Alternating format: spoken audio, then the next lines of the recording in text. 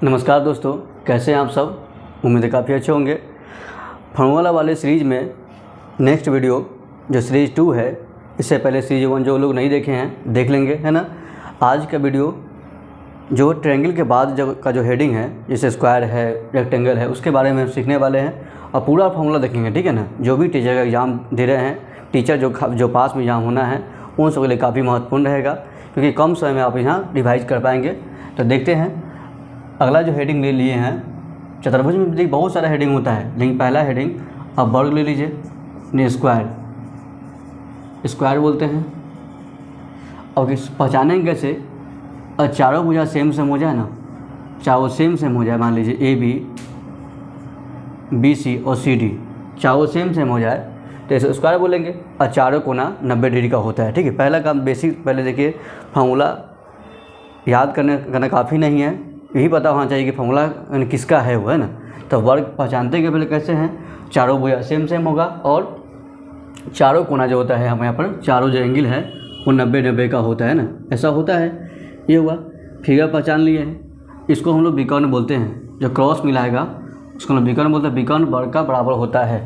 तो कुछ बेसिक लिख लीजिए ताकि फ़ायदा रहेगा, इससे आप समझ पाएंगे। इससे भुजा के बारे में कहा जाए तो भुजा ए बी बराबर बी सी बराबर और ए सी डी बराबर ए डी, चारों भुजा सेम होगा, ठीक है ना। जो भी होगा, मान लीजिए इसका वैल्यू अगर मान लीजिए 8 हो गया तो सारा भुजा 8 ही होगा, है ना।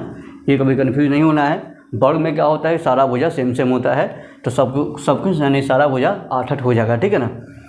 उसके बाद एंगल के बारे में देखा जाए, कोण के बारे में, एंगल के बारे में देखा जाए, कोण के बारे में कहा जाए तो चारों कोना सेम होता है। एंगल ए बराबर एंगल बी बराबर एंगल सी बराबर एंगल डी, जो है चारों कोना सेम होगा और 90 डिग्री का होता है ना। ये होगा। और विकर्ण के बारे में कहा जाए, आप लोग ध्यान देखिए कि मतलब एक लाइन इंपॉर्टेंट होता है। और एग्ज़ाम में, आपके टीचर वाला एग्ज़ाम में कोई बेसिक ही आएगा, तो ज़्यादा खास एग्ज़ाम में हार्ड मैथ आने वाला नहीं है, ठीक है ना। फॉर्मूला बेस्ड क्वेश्चन आएगा, आपको एक ही लाइन ध्यान रखना है कि इससे कुछ आ सकता है, ठीक है ना। तो विकर्ण जो किसे बोलते हैं, क्रॉस वाले को विकर्ण बोलते हैं ना। क्रॉस वाली लाइन को हम लोग यानी ए सी, ए विकर्ण है, एक और विकर्ण है यानी बी डी, दो विकर्ण हैं, दोनों सेम होते हैं ना। ध्यान है कि वर्ग का विकर्ण सेम होते हैं। एक और बात कुछ खास यहाँ पर क्या होता है, वर्ग के विकर्ण एक दूसरे को, एक बार लिख लीजिए, काफ़ी काम देगा। वर्ग का विकर्ण एक दूसरे को 90 डिग्री पर समद्विभाजित करते हैं, समद्विभाजित करते हैं। यानी मतलब ये काफ़ी खास ध्यान रखिएगा कि ऐसा हर जगह नहीं होता है, कहीं ऐसा होता है। यानी वर्ग का विकर्ण जो होता है ना, एक दूसरे को 90 पे काटेगा, मतलब 90 यहाँ बनाएगा, 90 पे भी काटेगा और हाफ भी रहेगा, आधा भी रहेगा, ठीक है। दोनों बात ध्यान रखना है। वर्ग का विकर्ण 90 पे काटता भी है और आधा भी करता है, ठीक है ना। ये बेसिक बात है स्क्वायर के बारे में, ठीक है ना। ये थ्योरी है इसका। उसके बाद कुछ फार्मूला ले लीजिए। मेन फार्मूला आप लोग ध्यान रखना कि हाँ, एग्जाम का भी कभी ज़रूरत है। फार्मूला भी कर लीजिएगा। परिमाप कहा जाए, वर्ग का परिमाप या परिधि की एक ही मतलब होता है। इससे पहले आप सीखे होइएगा कि इससे पहले बताए थे सीरीज 1 में क्या, कि परिमाप कहे, परिधि कहे या परिमिति कहे, सबका मतलब सेम होता है, यानी बाउंड्री, है ना। तो इसका फार्मूला होता है 4 गुने भुजा। ये मतलब यानी कि भुजा को, साइड को हम लोग ए मानते हैं, यानी कि 4 गुने भुजा ने कर लिए। अगर परिमाप के बाद अगर एरिया कह देगा, क्षेत्रफल कहा जाए, इसका फार्मूला होता है भुजा का स्क्वायर, यानी कि साइड का स्क्वायर होता। विकर्ण के बारे में कहा जाए, कैसे क्रॉस मिलाता है विकर्ण, विकर्ण के बारे में कहा जाए तो विकर्ण का फार्मूला होता है √2 गुने भुजा, है ना। ये तीनों फार्मूला ध्यान रखिएगा। 3 फार्मूला काफ़ी इंपॉर्टेंट रहेगा आपके लिए। ये यानी कि ये परिमाप, क्षेत्रफल और विकर्ण। परिमाप नहीं भी याद है, कोई दिक्कत नहीं है। कैसे आप यानी कि बोले थे कि बाउंड्री ऐड कर लीजिएगा, अगर बाउंड्री ऐड कर ली कि 8 8 16 24 8 32 हुआ ना, एक परिमाप हो गया। मतलब नहीं भी याद है फार्मूला ना, तो भी आप परिमाप ऐसे भी निकाल सकते हैं, ठीक है ना, किसी फिगर का। तो ये बेसिक है। इसके माध्यम से यानी कि वर्ग के बारे में जानते हैं। और 3 फार्मूला ध्यान रख, 3 ही काफ़ी है आपके लिए। आप इसे ध्यान रखिएगा, इस सबका इसका आंसर आ जाएगा, ठीक है ना। कुछ खास नहीं है, काफ़ी सिंपल है, यानी कि इसे बनाएंगे तो आप यहाँ पर आसानी से बना पाएंगे, तो इसे देख लेंगे। उसके नेक्स्ट टॉपिक ले लेते हैं आयत के बारे में ना, बस इसे उसके बाद ये परेशान नहीं होना है, मतलब कि सारा हेडिंग जो है ना आसानी होता है। जो भी लोग एग्ज़ाम है यानी कि ये 24 को 25 तारीख को, उन सबके लिए काफ़ी खास रहेगा, क्योंकि है ना टीचर वाले एग्ज़ाम में आपको हर क्वेश्चन फॉर्मूला बेस्ड क्वेश्चन ही पूछे जाएंगे, है ना। तो उन सबके लिए रिवीजन के लिए काफ़ी आसान रहेगा, सुविधा होगा। अगला हेडिंग कर लीजिए आयत के लिए। आयत में देखिए लगभग वर्ग से मैच करता है, थोड़ा कुछ बात अलग आता है। आयत में क्या होगा, सामने का पूरा सेम होता है। आयत में कैसे पहचानेंगे, ABCD अगर माना जाए तो आयत में क्या होगा, भुजा के बारे में कहा जाए, भुजा AB बराबर BC, ये बराबर नहीं लगाइए, सामने का सेम लगाइए, ठीक है। सामने AB बराबर CD, और इसके सामने BC के सामने AD पड़ेगा ना, BC के सामने AD पड़ेगा, ठीक है ना। ऐसा हुआ। कोण के बारे में, कोण तो कॉमन है, यहाँ भी 90 का होगा। कोण के बारे में कहा जाए तो कोण A बराबर कोण B और कोण C बराबर कोण D, है ना। चारों कोना सेम होता है, 90 डिग्री का हो जाएगा, है ना। ये ऐसा होगा। विकर्ण के बारे में कहा जाए, विकर्ण जो है यहाँ पर क्या है, विकर्ण इसे मान लीजिए AC और BD, यहाँ पर विकर्ण है। दो विकर्ण यहाँ भी होते हैं, विकर्ण AC बराबर BD, है ना। यहाँ विकर्ण 90 पर काटता नहीं है, ठीक है, ध्यान रखिएगा। जो भी नहीं कि 90 पे ही हो जाए, लेकिन हाँ सेम बांटेगा जरूर। अगर ये 8 तो ये भी 8 होगा। जो भी विकर्ण बांटेगा ना आपको सेम नहीं भाग, 2 भाग में बांटता है, ठीक है ना, ऐसा होता है। ध्यान रखिएगा। विकर्ण हम यहाँ क्यों पढ़ा रहे हैं, विकर्ण ट्रायंगल में कहीं नहीं होता है। विकर्ण होने के लिए अगर 4 भुजा कम से कम जरूरत है, इसके बाद हर जगह विकर्ण होगा, लेकिन 4 से कम वाले साइड में विकर्ण कहीं होता ही नहीं है, इसलिए इससे पहले नहीं पढ़ाया गया है। आपको जहाँ पर स्क्वायर के बाद से वो विकर्ण पढ़ाया जा रहा है ना। तो ये इसके बारे में कुछ बेसिक है। कुछ फॉर्मूला कर लीजिए, फॉर्मूला कर लीजिएगा। फॉर्मूला में इसे यहाँ लिख लेते हैं।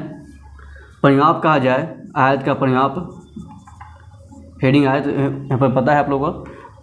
परिमाप होता है 2 × L + B। और एरिया कहा जाए, क्षेत्रफल के बारे में कहा जाए आयत का, L × B होता है, ये हुआ। और विकर्ण के बारे में कहा जाए, यानी कि ये आयत का विकर्ण क्या होगा, तो आयत का विकर्ण होता है रूट में L² + B²। ये काफ़ी आसान सा फार्मूला है। 3 फार्मूला ध्यान रखिए, तीनों को। परिमाप कहे तो L + B ऐड कर लेना है और 2 से गुना कर लेना है, ठीक है ना। एरिया कहे तो L × B कर लेना है। अब विकर्ण के बारे में कहे तो रूट में L² + B² लगाना है ना। ये है ना आपका जो ये रेक्टेंगल है, आयत है, इसका तीनों फार्मूला है। आप तीनों फार्मूला ध्यान रखिएगा, ये आपके एग्जाम में खासकर ज़्यादा ज़रूरत है कि एग्जाम में आ सकता है, ठीक है ना। ये सब कॉमन हेडिंग है जो आते रहता है हमेशा, ठीक है, ये ध्यान रखिएगा। नेक्स्ट टॉपिक है लेते हैं। देख आयत के बाद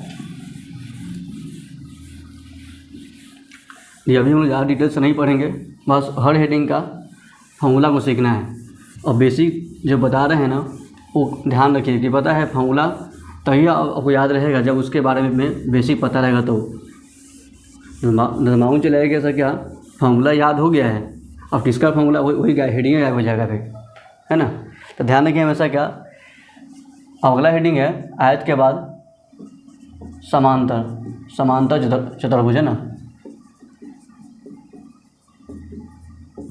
इसका मतलब क्या होता है कि ऐसा कोई भी फिगर मान लीजिए 4 भुजा वाला जिसका सामने का भुजा सेम हो, लेकिन एंगल 90 ना हो। एंगल के बारे में कोई कंडीशन नहीं कि 90 ही होना चाहिए, 90 से ज़्यादा भी चलेगा, कम भी चलेगा। तो ये समांतर मतलब सामने का भुजा पैरेलल है, यानी सेम ही होगा और 90 का एंगल नहीं होगा, ठीक है ना। ऐसा होगा ABCD, ऐसा हुआ। इसके बारे में परिमिति पता ही सबको, चारों ऐड कर लीजिएगा। एक लाइन का भी कर लीजिए, और इतना ही काफ़ी आपके एग्जाम के लिए। इसमें एक ही क्वेश्चन आता ही है, समांतर चतुर्भुज का क्षेत्रफल। ये इसका सिंबल दिया हुआ है चतुर्भुज का। इसका फॉर्मूला होता है आधार गुना ऊंचाई। आपको इसके अलावा इसमें कुछ पढ़ना ही नहीं है, अब इसके अलावा इसमें कुछ आता ही नहीं है। एक ही बात ध्यान रखिएगा, इसके एरिया पूछता है, एरिया इसका फॉर्मूला होता है आधार गुना ऊंचाई। आधार नहीं लगाना है, वो ट्रायंगल में हाफ होता है, यहाँ केवल लगाना है आधार गुना ऊंचाई। और ऊंचाई किसे मानेंगे, ये तो क्रॉस गया हुआ है, हाइट इसे मानेंगे ना, ये हाइट। तो जो 90 डिग्री पर खड़ा होता है, वैसे दीवार मानते हैं, दीवार 90 डिग्री पर होता है तो हाइट मानते हैं। तो ये आपका हाइट हो गया और ये का बेस हो गया। तो ये इसका फॉर्मूला हो गया, आप इसे ध्यान रखिए, ठीक है। समांतर वाला कहानी हो गया। अब नेक्स्ट देखते हैं इसके बाद, ये काफ़ी कम से हम लोग पूरा हेडिंग को देख लेंगे।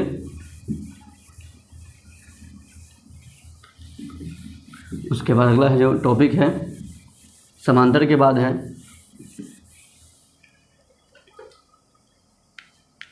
समचतुर्भुज। ले लीजिए, ये भी काफ़ी आसान है। समचतुर्भुज है ना, इससे भी सवाल आते हैं ना, इससे भी एक ही सवाल हमेशा पूछता है, ठीक है। इससे क्वेश्चन जो आएगा, इसका मतलब क्या हुआ कि चारों भुजा सेम तो है, लेकिन क्या है, चारों सेम भुजा है, चारों साइड सेम होगा। मान लीजिए कुछ ए बी सी और डी, ए बी बराबर बी सी बराबर सी डी बराबर ए डी, चारों सेम होगा, लेकिन एंगल 90 का नहीं होगा, ठीक है ना। अब यहाँ पर क्या है, हाँ, इसका विकर्ण जो है ना सेम तो होता नहीं, लेकिन सेम से बांटता ज़रूर है। हाफ पर बांटेगा, ये बांटेगा और 90 पे काटता है, ध्यान रखिएगा इसके बारे में। और इसमें आपको ज़्यादा करें, यहाँ में एक ही फॉर्मूला आता है इसके एरिया निकालने का, क्षेत्रफल निकालने का। तो हेडिंग वही लिख लीजिए, फॉर्मूला इसके कर लेते हैं, समचतुर्भुज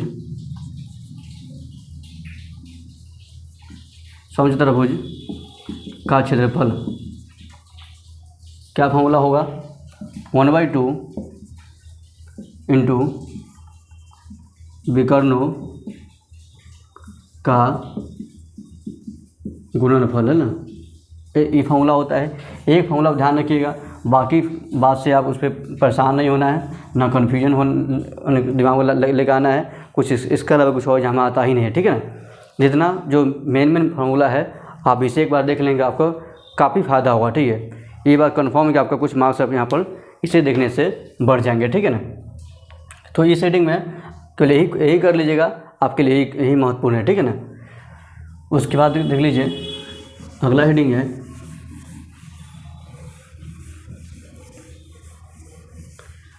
चतुर्भुज वाले का लगभग ये लास्ट हेडिंग है ना, माने कि और भी हेडिंग होता है, लेकिन इस हेडिंग का लगभग लास्ट हो जाएगा और इससे भी आपका और सारा क्वेश्चन बन जाएगा, ठीक है ना। उसके बाद देख लीजिए अगला है समलंब चतुर्भुज। समलंब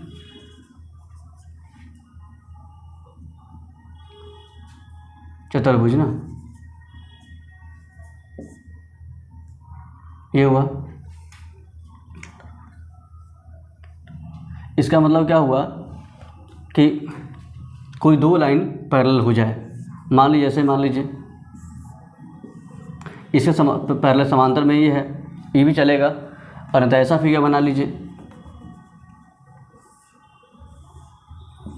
इसके पैरेलल में ये है ना, ये भी चलेगा, ठीक है ना। इसका हाइट यहाँ पे ये हो गया और इसका हाइट यहाँ पर ये हो गया, ठीक है ना। ऐसा होता है समलंब वाला में। मतलब क्या होता है कि कोई दो भुजा समांतर हो गया ना, जैसे मान लीजिए यहाँ पर ये पैरेलल हो गया, यहाँ ये पैरेलल हो गया, समलंब हो गया। इसका भी मेन एक ही फॉर्मूला काफ़ी इंपॉर्टेंट है जो अक्सर एग्जाम में आते हैं, इसका एरिया और ऐसे इसका क्षेत्रफल निकालना हो, कैसे निकलता है, इसका फॉर्मूला होता है 1/2, ये समांतर भुजा ही ना है, समांतर भुजा का योग अगुना हाइट, है ना। हाइट से गुना कर दीजिएगा, ये आपका निकल जाएगा, ठीक है ना। एक ही फॉर्मूला काफ़ी, बस इसके अलावा कुछ और इसमें आता नहीं, ठीक है ना। आप ये ध्यान रखेंगे, आपका ये वाला कहानी पूरा हो जाएगा, ठीक है ना। तो ये पूरा हो जाए ऐसा हो जाएगा। आप सभी को ये जो भी टॉपिक पढ़ाया जा रहा है आप समझ पा रहे होंगे। अच्छा लगे तो आप इसे वीडियो को लाइक कर दीजिएगा, शेयर भी कर दीजिएगा, ताकि और लोगों तक ये पहुंच पाए, क्योंकि आपको इसमें ऐसे ही बहुत सारे कंटेंट आपको आगे मिलते रहेंगे अच्छे देखने के लिए, और हर एग्ज़ाम को ध्यान रखते हुए, ठीक है। जैसे कैसे अभी आप टीचर वाले को देख रहे हैं, आगे को बिहार पुलिस के लिए भी कुछ टॉपिक आपको देखने को मिलेगा, ठीक है ना। तो आगे जो लोग भी वो फॉर्म भरे होंगे उन सब के लिए काफ़ी खास रहेगा कि बिहार पुलिस का कुछ सेट भी यहाँ पर कराया जाएगा, ठीक है ना। अभी एग्ज़ाम है टीचर वाला, तो इसको ध्यान रखकर कैसा हो रहा है, आगे उसका भी किया जाएगा, ठीक है।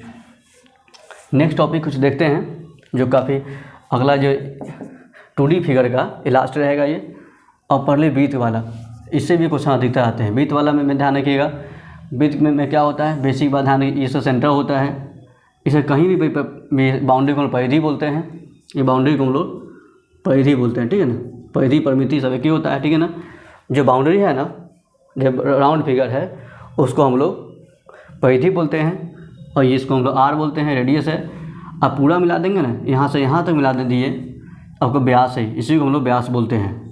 बाहर लिख लेते हैं, इसको व्यास बोलते हैं, ठीक है। ये बेसिक बात है, ध्यान रखिए, ठीक है ना। एक सेंटर से है ना, एक ही सेंटर पर यानी बहुत सारा यहाँ पर त्रिज्या से मिला सकते हैं, ठीक है ना। त्रिज्या की कोई संख्या लिमिट नहीं होता है, जितना चाहे उतना खींच सकते हैं, ठीक है ना। अब वो सब बात तो यानी फिर थ्योरी बातें पढ़ लेंगे।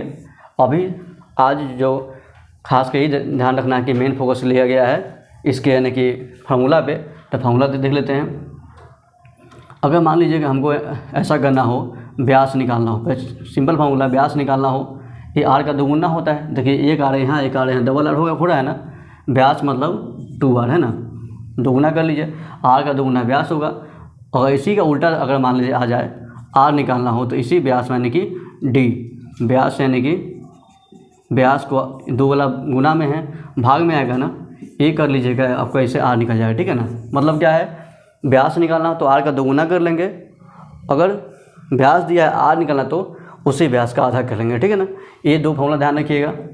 उसके बाद क्या है, अगला फार्मूला ध्यान रखना है, वृत्त की परिधि, वृत्त की परिधि, इसमें क्या होगा, इसका फार्मूला होता है 2πr, ये होता है। अगला ध्यान रखिएगा, परिधि हो गया, और वृत्त का एरिया, वृत्त का क्षेत्रफल, इसका फार्मूला होता है πr², है ना, ये ध्यान रखिए। ये हो गया, ये सब फार्मूला ध्यान रखिएगा, वृत्त के लिए काफ़ी इंपॉर्टेंट है ये। अब बाकी इसे यूज करने तो आता ही है, कैसे अप्लाई करना है। 2 को 2 भर लीजिएगा, पाई का वैल्यू होता है, आपको याद होगा, पाई का वैल्यू होता है 22/7, है ना, या 3.14 है ना, जो भी आपको लगता है उसे भरिएगा। और आर का वैल्यू जो भी दिया क्वेश्चन में दिया होगा आप उसे भरेंगे, आपका आसानी से इसका आंसर ला सकते हैं, ठीक है। ये हुआ। इसी का एक और हेडिंग, इसी के वृत्त वाले हेडिंग का ही एक होता है अर्धवृत्त, है ना, जो आधा वृत्त मानते हैं, उसे भी कर लीजिए, क्योंकि उसका भी यहाँ पर क्वेश्चन कभी कोई देखने को मिलता है ना। तो वृत्त के बाद जो अगला हेडिंग है अर्धवृत्त का है।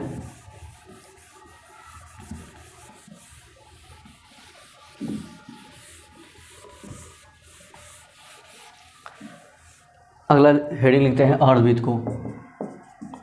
अर्धवृत्त है ना, इसका मतलब क्या होता है, वृत्त का आधा हिस्सा, मान लीजिए ऐसे वाला आधा हिस्सा मान लीजिए, दिखाया तो ये सेंटर रहा होगा ना, तो ये भी आर हो रहा है। अगर इसके बारे में कहा जाए, परिधि निकालना हो जाए, या परिमिति है जो बोलते हैं, परिधि बोलिए या परिमिति बोलिए, तो अब देखा जाए तो पूरे फिगर का ये आधा हो रहा है। जब 2πr हो रहा था तो आधा करने पर केवल πr बचेगा ना, यहाँ से यहाँ तक का जो वैल्यू होगा ना केवल πr होगा, ऐसा होगा ना, तो πr हो गया।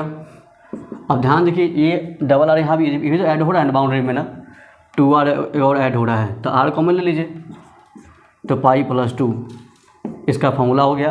पर आप ये लिखिए या ये लिखिए, कोई दिक्कत नहीं है, दोनों इसी का कॉमन लेकर ऐसा बनाया गया है, और दोनों में सेम आंसर आने वाले हैं, ठीक है ना, ऐसा हो जाएगा।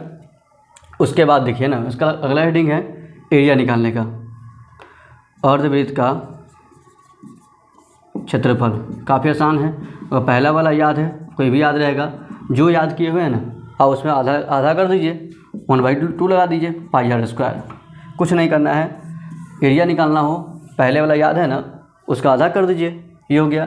और परिधि परिमिति कहे तो आप ही लगा दीजिए, है ना, दोनों का सेम मतलब है, इसी का कॉमन लेकर बनाया गया, ठीक है ना। आप ये दोनों फार्मूला ध्यान रखिएगा, इसके ज़्यादा आपको कुछ आएगा नहीं, ठीक है ना। और भी में ये इतना ही काफ़ी है, ठीक है ना, ये ध्यान रखेंगे। उसके बाद इसी बीत वाले भाग में 1-2 फार्मूला लास्ट अभी कर लीजिएगा, कभी कभी ये आ जाए।